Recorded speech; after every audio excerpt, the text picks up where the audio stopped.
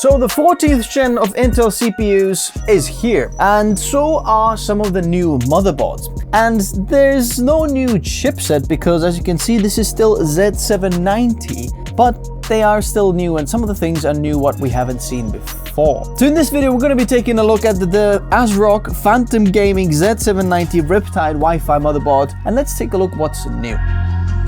So thanks ASROCK for sponsoring this video to take a look at some of the new specs and why this might be interesting for creators. In here it actually says that it also supports 14th, 13th and 12th gen.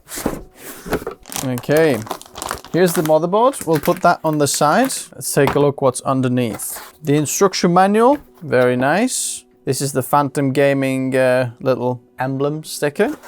Temperature sensor, we have a Wi-Fi antenna. It's got a sticker underneath, so you can actually stick it either on the table or on your case, which is sometimes better than a magnet, but depending if you just want to locate it all the time, a magnet perhaps would be better. We have, ooh, that is different. That's what I haven't seen before. So this is a 5-volt RGB extension. So basically you can put this onto the motherboard and then through this cable we can split it into 3. We have a special keycap if you want to put it on an escape and 2 SATA cables.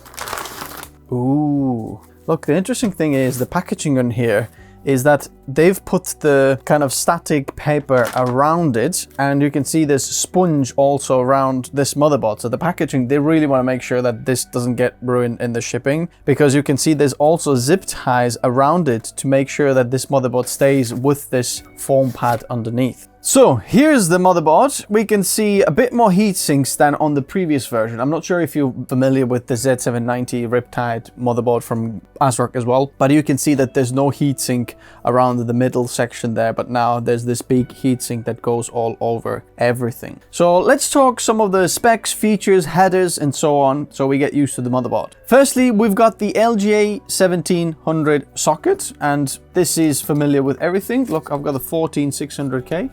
So let's just pop this straight in.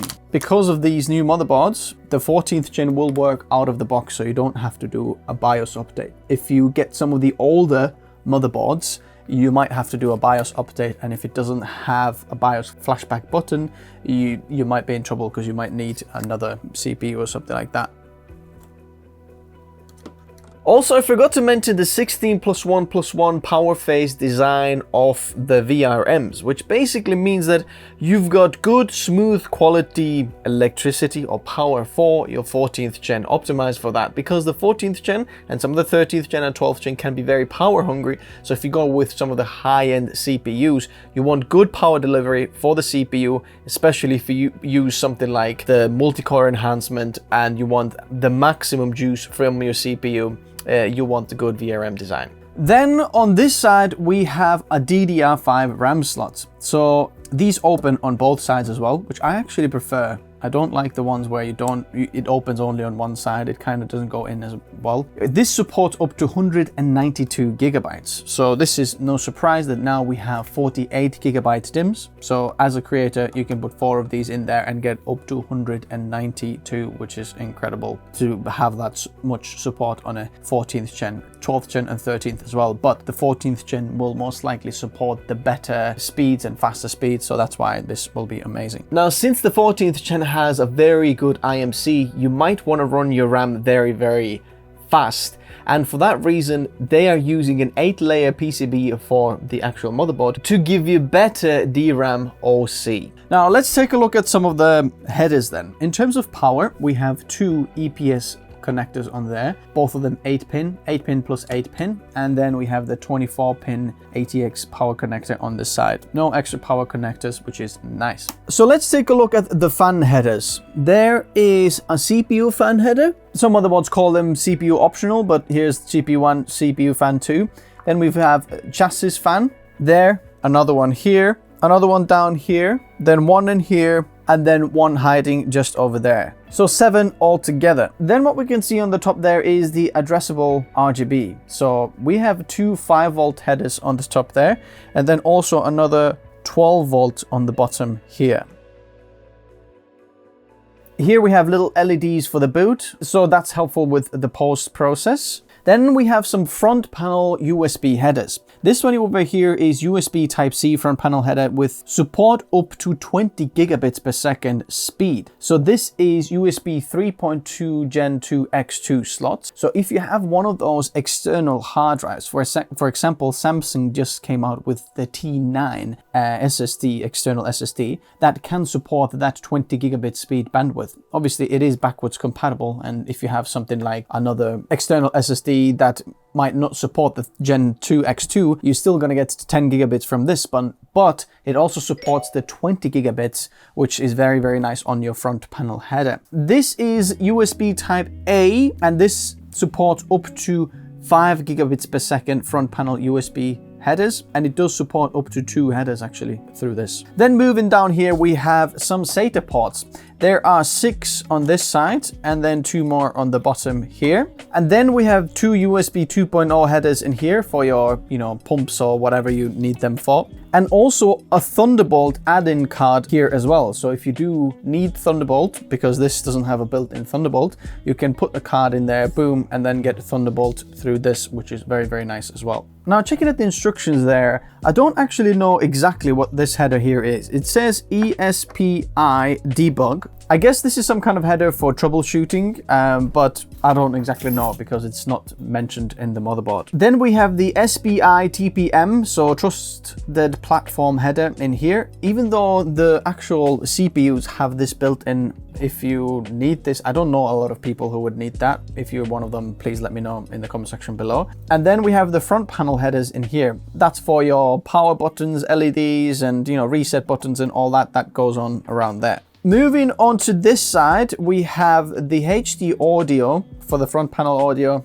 in here, as well as clear CMOS sensor and a temperature sensor. Remember, we had the temperature header or PRON in the actual box. So you can plug it in there and then measure the temperatures in wherever you actually want. And you also have this UART header in there, which is not very common on motherboards. But now let's look at the exciting bit, which is underneath these heatsinks. Firstly, this top heatsink has a toolless design. So this little button here, if we push it that way, it just comes up, and then we should be able to just slide it this way, boom. And as you can see, this is off. Now, to install an SSD onto the top slot is completely toolless. You don't need any screws at all. As you can see, the M.2 can go in there. And the interesting thing is that this top slot is a Gen 5 X5 slot. So you can plug in your Gen 5 drive. So this is ADATA Legend 970. I would have to remove this little dongling in there just because I have a heatsink on the bottom and it won't let me do that, but you can just remove this. But if you have an actual SSD without the heatsink, you can use that, boom, in there and then slide it in there. So if you take a non-Gen 5 drive like a Solidigm P44 Pro, which is one of my favorite drives there, we'll plug it in there, slide it, and then as you can see, you pull this sticker off for your heatsink, plop it in there, boom. No tools. This is very, very cool. I'm liking this a lot. Then the next heatsink, we do need some screws. And what I love about these heatsinks already is that you're not going to lose the screws because the screws will stay with the heatsink, which is very, very nice. As you can see, we've got thermal pads on the top for the bottom slots. And here the same as well. All together, as you can see, we have 5 M.2 slots. Now here's the very good news. All of these M.2's SSDs support PCIe Gen 4 X4. So you can get full fat Gen 4 speeds and you're not gonna lose any bandwidth in all of them. There is only one switch on this motherboard, which is with the front or the top SSD, which is the Gen 5 SSD slot here, the M.2. When you plug your Gen 5 SSD in there, and the same with Gen 4, if you do plug your drive in there, this PCIe slot in here will start to run at X8 bandwidth. Now this will be PCIe Gen 5 bandwidth, X8, but if you've got a graphics card, for example, the graphics card will be X16 and it can't just change between X16 Gen 4 to X8 Gen 5, which, essentially would be the same.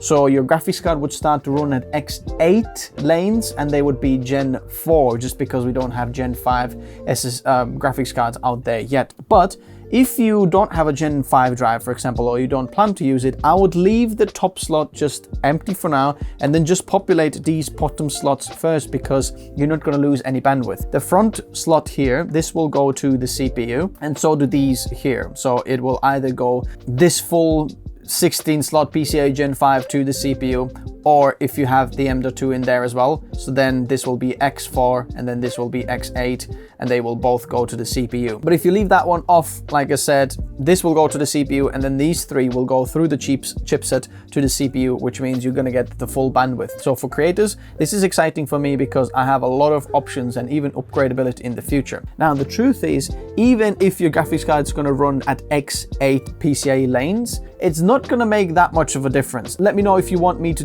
do the test and where and which conditions you will actually start to lose some of the performance. At most cases, you're really not going to see the difference there unless you're really using the GPU in a way where we utilize all of it, and you'll see a bottleneck there with the X8 PCIe lane. And there is another thing we need to talk about, which is this guy here. So this is the Intel BE200 Wi-Fi 7 and Bluetooth 5.4 chip here. So we get wireless Wi-Fi 7 now, and Bluetooth 5.4. And you might be saying, wasn't Wi-Fi 6 and 6E actually enough? Well, here's the difference between Wi-Fi 6 and Wi-Fi 7. There is Wi-Fi 6 and Wi-Fi 6E, which basically have exactly the same speed, but the E, think of the E as extended bandwidth or extended width of the channels, because the E will just have a little bit more channels to kind of push through this Wi-Fi 6 bandwidth. So there's a little bit more of them, right? Wi-Fi 6 or Wi-Fi 6E, the maximum speed of that was 9.6 gigabits per second, which is plenty fast. Imagine if you have one of those USB-C ports, front panel ports that supports 10 gigabits, or the back ports there that support 10 gigabits bandwidth, then you can do that wirelessly through Wi-Fi 6. Now, Wi-Fi 7 takes it to a whole new level, okay? Wi-Fi 7 maximum speed can be up to 46 gigabits per second speed. Now, you might have heard Thunderbolt 4 is 40 gigabits bandwidth, right? But actually that 40 gigabits bandwidth is, some of this is reserved for video signal and audio and some of the other things. So data transfer between like your SSD, for example, or Thunderbolt device, you're never going to see 40 gigabits per second speed in that. But through Wi-Fi 7, the maximum what you can get is 46 megabits per second. Now, here's why I, as a creator, get really, really excited. Now, because of this, and let's say you do have a Wi-Fi 7 router as well, switch, or your router does support like a 10 gigabit, port there as well, which mine actually does, but this is only Wi-Fi 6, router there. Now we can suddenly get these super fast speeds from NAS to your PC wirelessly, which is absolutely insane. The Wi-Fi 7 kind of, in a way, will make the 10 gigabit networking obsolete. Now, I'm not saying that there isn't a space for that, because distance travel is still, the issue there. But now through Wi-Fi 7, we get much faster speed, as well as more channel widths, how we can transfer data and all the channels. That's expanded as well from Wi-Fi 6. So this Wi-Fi 7 will use the 2.4, 5, 6, and it's increased to a channel bandwidth of 320 megahertz. So it's a little bit geeky, but basically what Wi-Fi 7 means is faster, better, bigger. It's just like that. I am super excited about this, and this is really a big jump from the previous generation, like from Wi-Fi 4, 5, 6. Look at that, that is a huge increase. But this motherboard is not done yet. Let me do the I/O first, and then we'll talk about another secret little port, which is super exciting as well. So what we can see on the I/O of the motherboard, we have HDMI and DisplayPort output. So that is for your integrated graphics. Then we have two USB 2.0 headers. This is where I would plug in my keyboards and mice and wireless receivers and so on for that. Then we have some USB Type A ports, and this is very nicely labeled here. So this is 5 gigabits, these two here, and these are 10 gigabits. Now, I wish they were colored differently, so perhaps the 10 gigabit would be red or something like that, but better than nothing. Here we have a USB Type-C 5 gigabit port, and then 2.5 gigabit LAN port, which if you're using Wi-Fi 7 might not be that exciting, but still good for, solid connection, and wired connections are always more stable than wireless, but Wi-Fi 7, I'm still excited. And then some of the audio ports, microphone, headphone, what you need, some of the basics.